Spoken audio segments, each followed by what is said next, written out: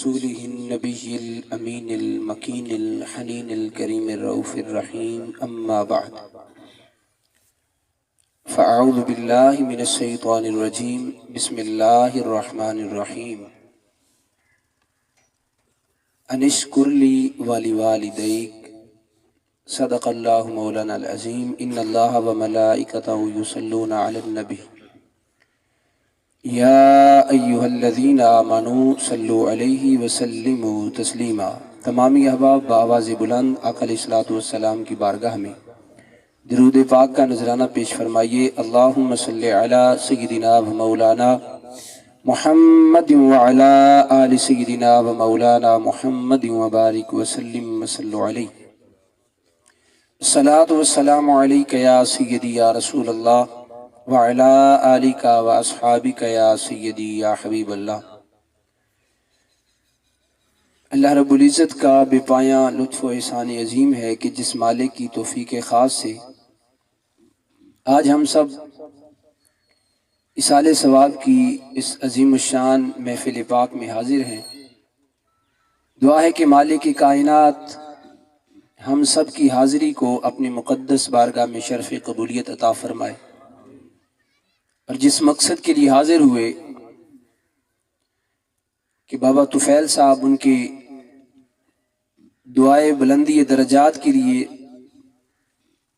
تو دعا ہے کہ مالک کائنات ہم سب کی حاضری کو قبول فرما کے ان کے لیے درجات کی بلندی کا سبب بنائے۔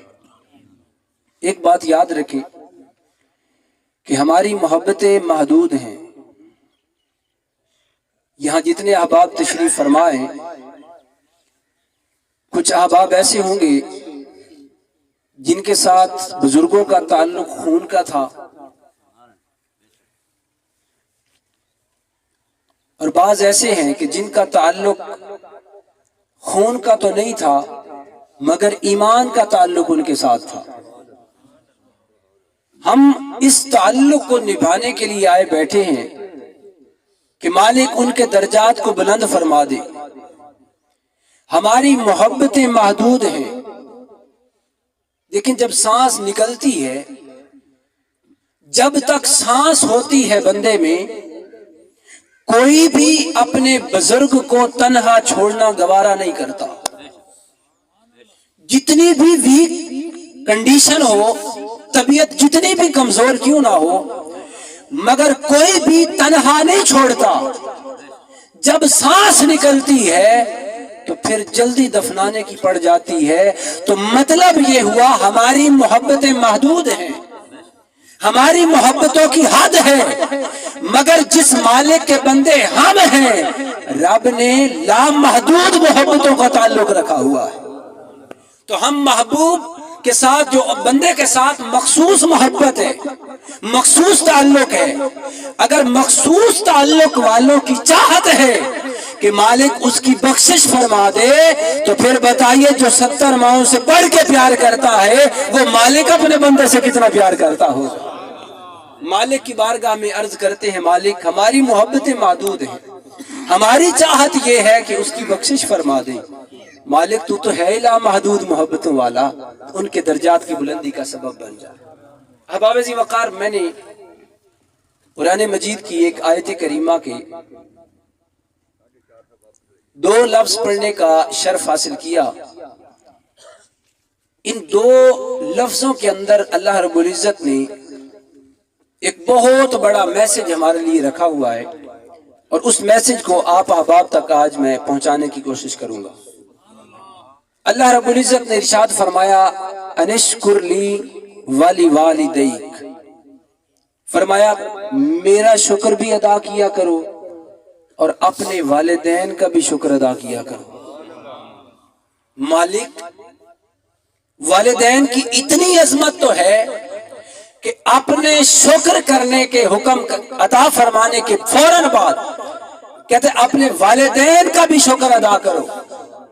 مالک والدین کا شکر کس طرح ادا کرے؟ ریپیٹ بند کریں کہ میں کس طرح ہم تیرا شکر ادا کریں اور اپنے والدین کا شکر کس طرح ادا کریں۔ میں سوال پیدا ہوتا ہے نا، حکم تو آ گیا کہ شکر ادا کرو. اب شکر ادا کیسے ہوگا؟ آئیے ذرا 5 ٹائم کی نماز کو دیکھتے ہیں. شکر خدا کا کیسے ہے، والدین کا شکر کس طرح ہے. 5 ٹائم کی نماز کو دیکھتے ہیں.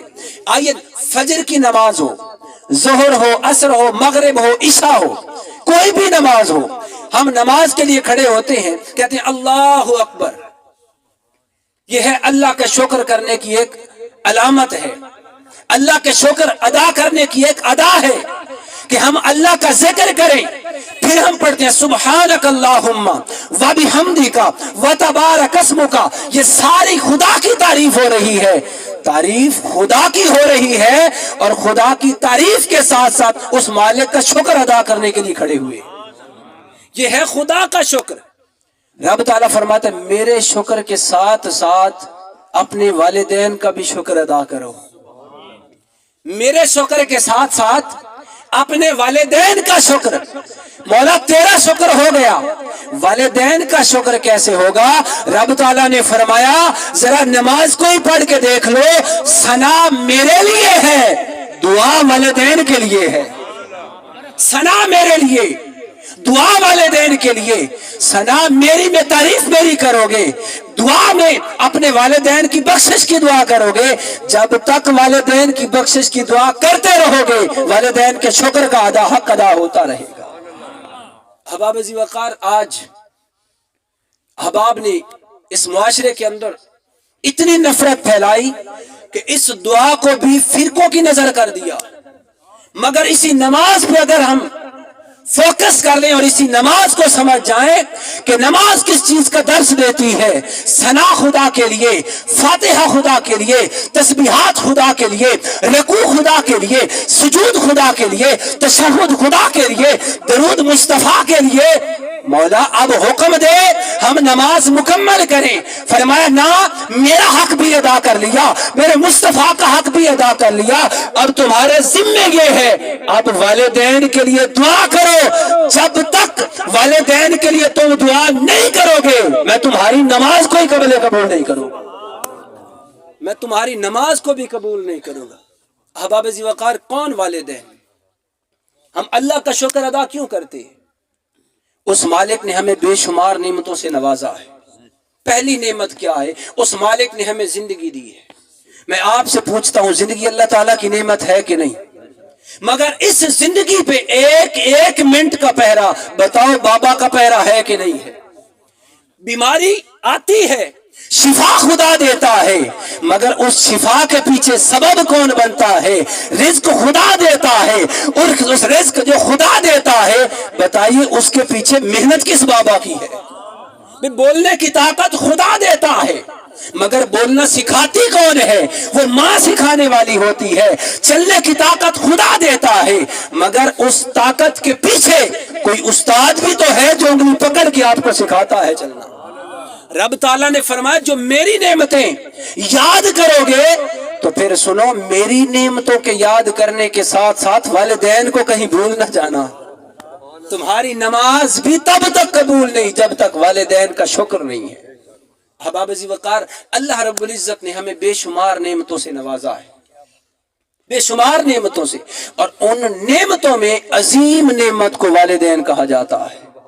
جن کے والدین، یہ سورج ہے نا، باپ کی مثال بزرگ احباب فرماتے ہیں کہ سورج کی مانند ہوتی ہے. یہ سورج سخت ضرور ہوتا ہے مگر فصل پکتی نہیں ہے جب تک یہ نکلتا نہیں ہے. یہ فصل تب تک ہے جب تک یہ سورج ہے. تو پتا کیا چلا؟ پتا یہ چلا کہ اس جوان کی کامیابی کے جو پیچھے اگر کوئی راز ملتا ہے تو وہ والدین کی شفقتیں اور محبتیں ملتی ہیں.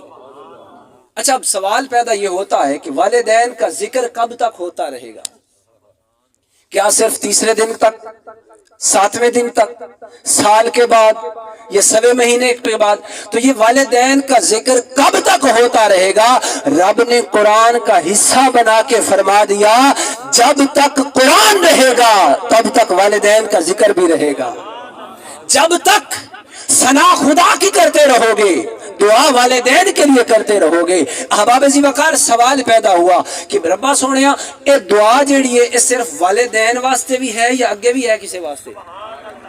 والدین میں باپ آتا ہے، ماں آتی ہے، تو اس سے آگے کیا ہوگا؟ مفسرین اس آیت کریمہ کے تحت فرماتے ہیں کہ اس دعا کا جو تعلق ہے یا شکر کا جو تعلق ہے، جب بندہ نماز میں والدین کے لیے دعا کرتا ہے تو آدم علیہ السلام تک جتنے بھی آبا و اجداد ایمان کی حالت میں جاتے ہیں ان سب کی بخشش کی دعا بندہ مصلی پہ کر رہا ہوتا ہے۔ یہ وہ والدین ہیں جب تک اپنے سارے آبا و اجداد کے لیے تم دعا نہیں کرو گے، رب دعا کو، اس نماز کو قابل قبول نہیں فرمائے گا۔ یہ اتنی عظیم دعا ہے۔ احباب ذی وقار، اللہ رب العزت کا شکر کب تک ہوگا؟ اللہ کا شکر قیامت تک ہوگا۔ رب تعالیٰ نے فرمایا قیامت تک میرا بھی شکر ادا کرتے رہو، اپنے والدین کا بھی شکر ادا کرتے رہو۔ اللہ اکبر۔ پھر دیکھیں، ہم نماز پڑھتے ہیں نا، ہم پڑھتے ہیں الحمدللہ رب العالمین، الحمدللہ رب العالمین۔ تمام تعریفیں اس اللہ رب العزت کے لیے ہے جو تمام جہانوں کا پالنے والا ہے۔ بولو سبحان اللہ جی، بول سکتے ہوتے، واقعی سردی ہے لیکن اتنی نہیں ہے۔ احباب ذی وقار، ہم دعا پڑھتے ہیں فاتحہ میں الحمدللہ رب العالمین۔ لفظ رب پہ غور کریں، قرآن پاک کا آغاز اللہ رب العزت نے اپنی پہلی صفت کا جو ذکر فرمایا وہ ہے رب۔ کیا ہے جی؟ رب۔ رب کا مطلب ہے پالنے والا، رب کا مطلب ہے پالنے والا۔ عرض کیا مالک، قرآن مجید کا آغاز ہوا سورہ فاتحہ سے۔ فاتحہ میں اللہ رب العزت کے ذکر کے بعد اللہ نے اپنی صفت کا ذکر کیا، وہ ہے رب۔ اور اگر قرآن پاک کی شان نزول کو دیکھیں کہ نازل کیسے ہوا تو قرآن پاک فرماتا اقرأ بسم ربک الذی خلق، اقرأ بسم رب۔ یہاں بھی فرمایا رب، وہاں بھی فرمایا رب۔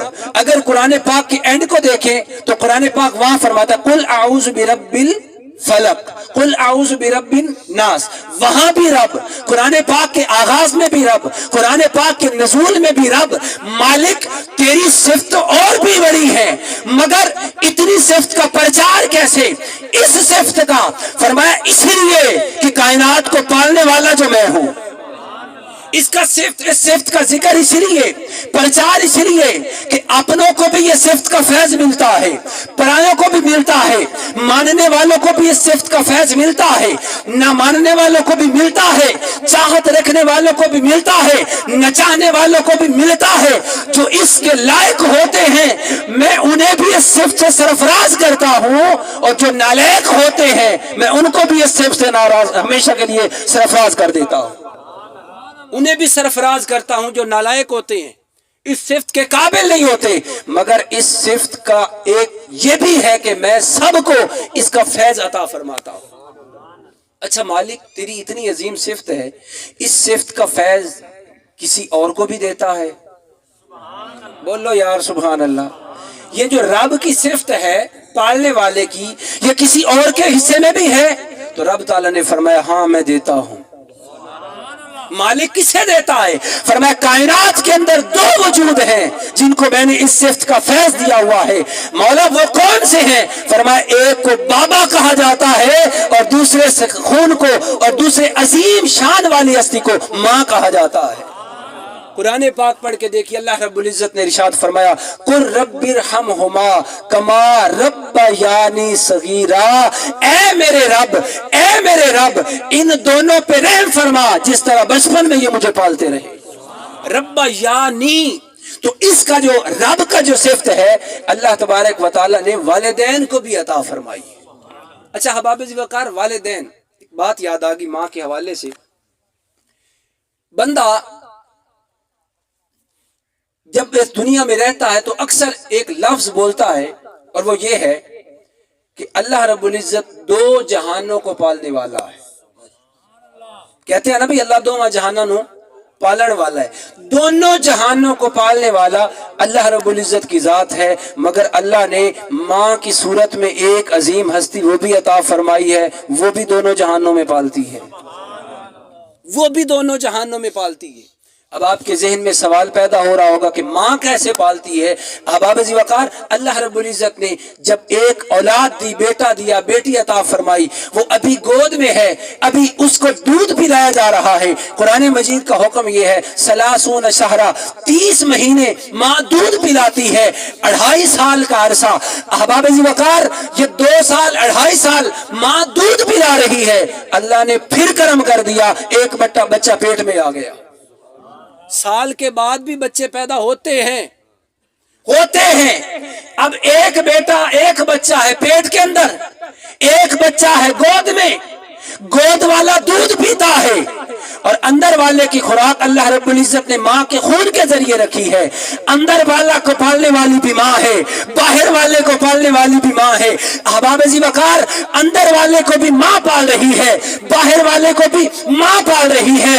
اندر والے کا جہاں اور ہے، باہر والے کا جہاں اور ہے۔ اور لوگوں، اس کائنات کے اندر خدا بھی دونوں جہانوں میں پالتا ہے، اور اللہ نے اس صفت کا فیض ماں کو بھی عطا فرما دیا ہے۔ ماں بھی دونوں جہانوں میں پالتی ہے، ماں بھی پالتی ہے۔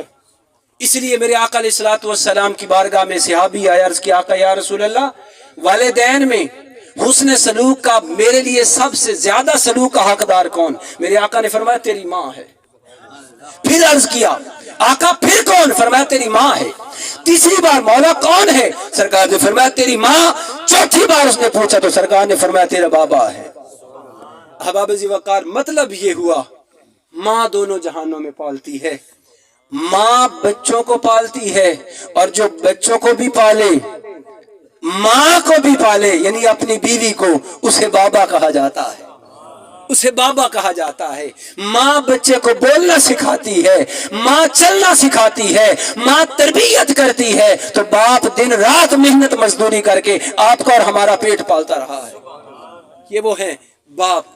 رزق خدا دیتا ہے، مگر اس رزق کے پیچھے محنت والدین کی ہے۔ احباب عزیز وقار، اللہ رب العزت نے رب کا میں آپ آگے ایک بات عرض کرتا چلوں۔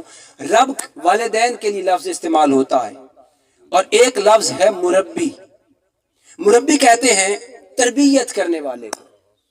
کس کو جی؟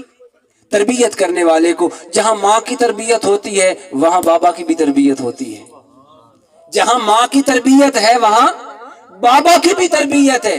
اور جنہوں نے اپنے بچوں کی تربیت کی ہے، کائنات میں کوئی سلطان باہو بنا ہے، کوئی بابا فرید بنا ہے۔ جن کی تربیت والدین نے کی ہے، اللہ رب العزت نے کائنات کو دکھایا ہے کہ وہ جنہوں نے تربیت کی ہے ان کو اللہ نوازتا پھر کیسے ہے۔ کائنات باہو باہو کرتی ہے۔ احباب عزیز وقار، مربی کہتے ہیں تربیت کرنے والے کو۔ تو والدین کی تربیت ہوتی ہے۔ قرآن مجید پڑھ کے دیکھیے، ایک بابا ہے اور ایک بیٹا ہے۔ اب بابا نے کیا کیا؟ خواب دیکھا رات کو، اور صبح اپنے بیٹے کو مشورہ کرتا ہے، پتر میں رات خواب دیکھا ہے، انی ارا فی المنام، میں نے خواب میں دیکھا ہے، انی اذبحک کا، کہ میں تجھے ذبح کر رہا ہوں۔ علامہ اقبال نے لکھا، یہ فیضان نظر تھا یا کہ مکتب کی کرامت تھی؟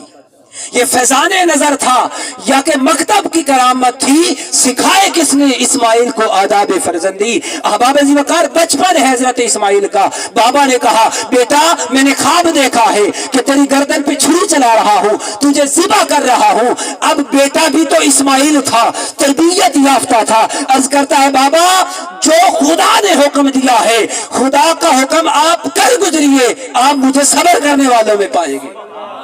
جب تربیت ایسی ہوتی ہے تو بیٹا جان قربان کرنے تک آتا ہے۔ یہ قرآن مجید ہے، تربیت کا فیض ہے۔ احباب عزیز وقار، پھر دیکھیں یہی قرآن مجید، حضرت اسماعیل علیہ السلام، آپ کا بھی بچپن ہے، اللہ کا حکم ہوا کہ اے میرے ابراہیم، اپنی بیوی کو اور اپنے شہزادے کو فلاں جگہ چھوڑ دے۔ اب دیکھیں یہ تربیت ہو رہی ہے شروع سے، بچپن ہے، چھوڑ دیا، مالک کی رضا پہ راضی رہے، مالک کی رضا پہ راضی رہے۔ توجہ، قابل توجہ بات یہ ہے کہ اللہ رب العزت کے حکم پہ چھوڑ دیا، ویرانہ تھا، ویرانہ تھا،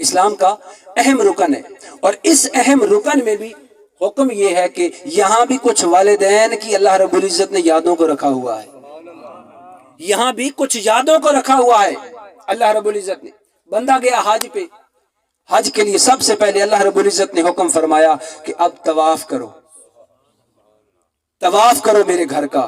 احباب جی وقار، یہ طواف سب سے پہلے کس نے کیا تھا؟ ایک باپ اور بیٹے نے طواف کیا تھا۔ اور طواف کیوں کیا؟ اس لیے جب گھر بنایا تو دیکھا کہ گھر خدا کا ہے، کہیں کوئی کمی تو نہیں رہ گئی۔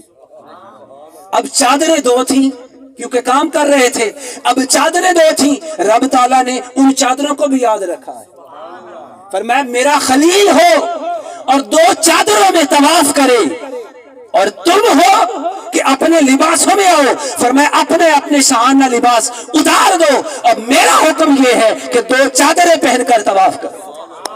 اللہ رب العزت یوں یادیں رکھتا ہے، والدین کی یادیں یوں منواتا ہے بندوں سے۔ احباب ذی وقار، طواف ہو گیا، پھر مالک اب کیا حکم ہے؟ فرمایا ایک مقام ہے جس کو مقام ابراہیم کہا جاتا ہے، مقام ابراہیم کہا جاتا ہے۔ اب یہاں پہ آ کے نفل پڑھو، وَاتَّخِذُوا مِن مَّقَامِ إِبْرَاهِيمَ مُصَلَّىٰ، فرمایا کہ ابراہیم علیہ السلام کے مقام کو جائے نماز بنایا جائے، آپ وہاں جا کے نفل پڑھتے ہیں۔ اب نفل پڑھتے ہیں تو یہ حکم خدا ہے، قرآن مجید کا حکم ہے۔ احباب ذی وقار، ان جو مقام ابراہیم ہے اس کے پیچھے کیا راز ہے؟ یہاں بھی ایک راز ہے، مقام ابراہیم کیسے بنا؟ یہ بھی ایک والد کی یاد ہے۔ والد کو ابراہیم کہا جاتا ہے۔ جب اللہ رب العزت کا گھر بنایا نا تو اللہ رب العزت نے فرمایا اے میرے ابراہیم، اے میرے خلیل، مانگ کیا مانگتا ہے؟ مانگ کیا مانگتا ہے؟ ماں کی دعا جنت کی ہوا، بالکل ایسے ہی ہے، ماں کی دعاؤں سے جنتیں ملا کرتی ہیں۔ مگر جملہ دینے لگا ہوں، اللہ کی عزت کی قسم اگر سمجھ آئے تو پھر سبحان اللہ ضرور بنتی ہے۔ مچل جائیے گا جملہ سن کر۔ اللہ رب العزت کی بارگاہ میں عرض کرتے ہیں مالک تو مالک ہے، میں تیری مخلوق ہوں، تو خالق ہے، تیری عطا سے تیرا گھر بنایا ہے۔ رب نے فرمایا بنایا میری عطا سے ہے، میرے حکم پہ ہے، مانگ کیا مانگتا ہے؟ ابراہیم علیہ السلام عرض کرنے لگے ربنا وابعث فیہم رسولا، ربا سونیا عالم ارواح دے اندر جیڑا وعدہ محمد مصطفیٰ دا کیتا ہے سی، اس مصطفیٰ دا مینوں دادا بنا دے۔ اگر چاہتا ہے مزدوری دینا تو مزدوری میں مصطفیٰ مانگتا ہوں۔ ماں کی دعا سے جنت ملا کرتی ہے، اور لوگوں بابا کی دعا سے رب مصطفیٰ دیا کرتا ہے، باپ کی دعا سے رب مصطفیٰ ملا دیا کرتے ہیں۔ احباب ذی وقار، کون حضرت ابراہیم علیہ السلام؟ بات لمبی ہو جائے گی مگر میرے پاس 9 منٹ باقی ہیں، میں ذرا اہل بیت اطہار کے دروازے پہ جانا چاہتا ہوں۔ آج چونکہ یکم رجب المرجب ہے اور آج سیدنا امام باقر علیہ السلام آپ کے ظہور کا دن ہے، آج ان کے حوالے سے کہ وہ والدین سے انہوں نے کیا پایا، کیونکہ آل رسول بھی ہمارے لیے آئیڈیل ہیں، اصحاب رسول بھی آئیڈیل ہیں۔ سیدنا ابراہیم علیہ السلام، حضرت سیدنا ابو بکر صدیق رضی اللہ تعالی عنہ، بخاری شریف کی حدیث مبارکہ ہے، نماز پڑھا رہے ہیں اور دوران نماز میرے آقا علیہ السلام کہیں صلح کروانے کے لیے گئے تھے، تو آپ نماز کے لیے کھڑے ہیں تو پیچھے جب سرکار آئے نا تو صحابہ کرام نے یوں جو ہے نا ہاتھ پہ ہاتھ مارے اطلاع دینے کے لیے کہ حضور آ گئے، تو راستہ دیتے گئے، سرکار آگے آتے گئے۔ اب قابل توجہ بات ہے، سرکار آگے بڑھتے آئے حتیٰ کہ پہلی صف میں حضور جلوہ گر ہوئے۔ سیدنا صدیق اکبر نے پیچھے دیکھا تو سرکار تھے، انہوں نے مصلی چھوڑنا چاہا، سرکار نے فرمایا نماز پڑھاتے رہو، نماز کو جاری رکھو۔ سیدنا جناب صدیق اکبر رضی اللہ تعالیٰ عنہ ایسے ہاتھ بلند کیا اور منہ بلند کیا، اللہ کا شکر ادا کیا، ربا سونیا تیرا لکھ لکھ شکر ہے، نبیوں دے امام نے آج اس قابل سمجھے ہے۔ پھر آپ نماز سے دعا کر کے مالک کا شکر ادا کرنے کے بعد حضور واپس پلٹے، سرکار نے آگے آ کے نماز پڑھائی، اور نماز پڑھانے کے بعد سرکار نے فرمایا اے ابو بکر میں جو تینوں آکھیا سی، توجہ میں جو تینوں آخیا سی بھئی نماز جاری رکھ، پھر کیوں ہٹے ہیں؟ حضور ابو قحافہ کے بیٹے کی کیا مجال کہ آپ پیچھے کھڑے ہو اور ابو بکر آگے کھڑا ہو؟ حضور میرے ابو قحافہ کے بیٹے کی کیا مجال ہے؟ اب جملہ حدیث کا یہی ہے جو بتانا چاہتا ہوں، احباب ذی وقار آپ نے یہ کیوں نہیں کہا کہ میری کیا مجال؟ ہونا تو یہ چاہیے تھا کہ کہتے کہ میری کیا مجال کہ آپ پیچھے اور میں آگے کھڑا ہوں، نہیں فرمایا، فرمایا ابو قحافہ کے بیٹے کی کیا مجال ہے؟ فقط راز یہ تھا کہ مالک تیرا شکر ہے اگر آج مصطفیٰ نے مصلی امامت پہ پسند کیا ہے تو اس کے پیچھے اگر کوئی دعائیں ہیں تو ابو قحافہ کی دعائیں ہیں، باپ کی دعائیں ہیں۔ یہ ابو بکر صدیق پیغام دے رہے تھے۔ اور سنیے گا ذرا، حضرت قیس بن حارث رضی اللہ تعالیٰ عنہ، حضرت قیس بن نعمان رضی اللہ تعالیٰ عنہ تابعی ہیں، اور آپ فرماتے ہیں کہ میں نے ایک چھوٹے بچے کو دیکھا، بچے کی عمر 8 سے 9 سال ہے، اور میں نے کیا دیکھا کہ قبروں کے درمیان میں بیٹھے بڑی گریہ و زاری سے رو رہے ہیں، آہو بکا کے ساتھ اللہ کی بارگاہ میں مناجات پیش کر رہے ہیں، اور مالک کی بارگاہ میں عرض کر رہے، بس سوڑیاں تیری آسمان کے تاروں سے، زمین کے ذروں سے، پانی کے قطروں سے، درختوں کے پتوں سے میرے گناہ زیادہ ہیں، مجھے معافی عطا فرما دے، مجھے معافی عطا فرما دے۔ احباب ذی وقار حضرت قیس بن نعمان آپ فرماتے ہیں میں آگے بڑھا، میں نے دیکھا چھوٹی عمر ہے بچے کی مگر چہرے سے نور پھوٹتا ہے۔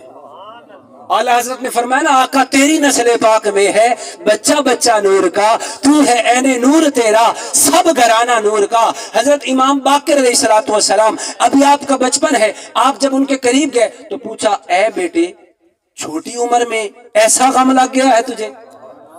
ابھی چھوٹی عمر ہے اور اتنا گہرا غم، اتنا گہرا آہو بکا اس مالک کی بارگاہ میں ایسی عاجزی پیش کر رہے ہو۔ فرمایا تمہیں خبر نہیں ہے بولتے کیسے ہیں؟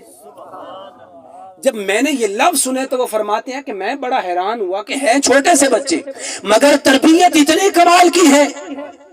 آپ فرمانے لگے تجھے موت نے اتنا غافل کر دیا دنیا نے کہ موت کو بھلا بیٹھا ہے، موت سے دور جا چکے ہو، اس مالک کی بارگاہ میں آنا پسند نہیں کرتے۔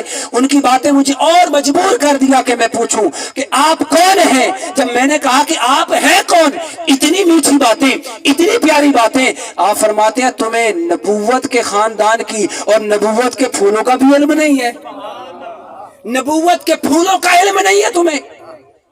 میں اور حیران ہوا، میں نے عرض کیا حضور اپنا تعارف تو کروائیے۔ آپ فرماتے ہیں میرے بابا کو علی کہا جاتا ہے، میرے بابا کے بابا کو حسین کہا جاتا ہے، اور میرے بابا کے بابا کو علی المرتضیٰ کہا جاتا ہے۔ آپ نے اپنا شجرہ سنا دیا، فرمایا جانتا ہے میں نبوت کا پھول بول رہا ہوں، میں نبوت کا پھول بول رہا ہوں۔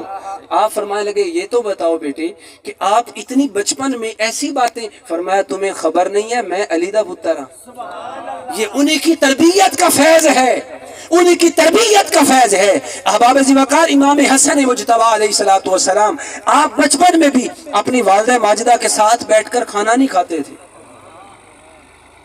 اپنی امی حضور کے ساتھ بیٹھ کر کھانا نہیں کھاتے تھے۔ ایک دن سیدہ پاک نے پوچھا کہ بیٹے یہ تو بتاؤ کہ میرے ساتھ بیٹھ کے کھانا کیوں نہیں کھاتے؟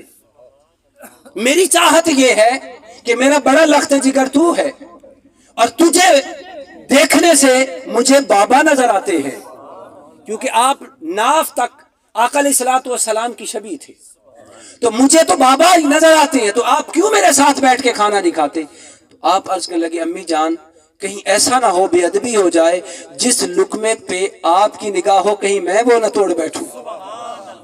یہ سبق دیا ہے آل رسول نے، یہ سبق ہے آل رسول کی عظمت کا، یہ سبق ان کا دیا ہوا ہے۔ کاش کہ ہم آج اپنی اولادوں کو آل رسول کا ادب بھی سکھاتے، آل رسول کی تربیت بھی بتاتے اپنی اولادوں کو، تو ہمارا معاشرہ بھی مستفی معاشرہ بن سکتا تھا۔ احباب ذی وقار یہ تربیت ہے آل رسول کی، یہ تربیت ہے اصحاب رسول کی، یہ تربیت ہے قرآن مجید نے جو انبیاء کرام کے ذریعے سے ہم تک پہنچائی۔ ہمیں چاہیے کہ ہمیشہ والدین کے ساتھ ادب و احترام سے پیش آ جائے، ان کی خدمت کریں، جتنا ہو سکے ان کی خدمت کریں. اللہ کی عزت کی قسم اس والدین جیسا کائنات میں اس دنیا کے اندر بظاہر اور کوئی رشتہ نہیں ہے. پیر حمید الدین سیالوی رحمت اللہ تعالی علیہ، آپ کے پاس ایک مرید ہے، مرید بڑا لاڈلا تھا. تو انہوں نے پہلے فون کیا کہ حضور میں آپ سے ملاقات کرنا چاہتا ہوں. تو آپ فرمانے لگے بھی یہ بتا کہ تو میرے پاس آنا چاہتا ہے، خیر تو ہے؟ کہتا ہے حضور ویسے میرا دل کرتا ہے آپ کی زیارت کروں اور آپ سے دعا کرواؤں. سنیے اولیاء کرام کا پیغام کیا ہے. آپ نے فرمایا اچھا یہ بتا کہ والدین میں کوئی زندہ ہے؟ حضور الحمدللہ دونوں زندہ ہیں. فرمایا پہلے مرشد تیرے وہ ہیں، دعا ان کے لیے کروا کے آ. اگر ویسے ملنے کے لیے آ رہے ہو تو ویلکم، ضرور تشریف لاؤ. احباب ذی وقار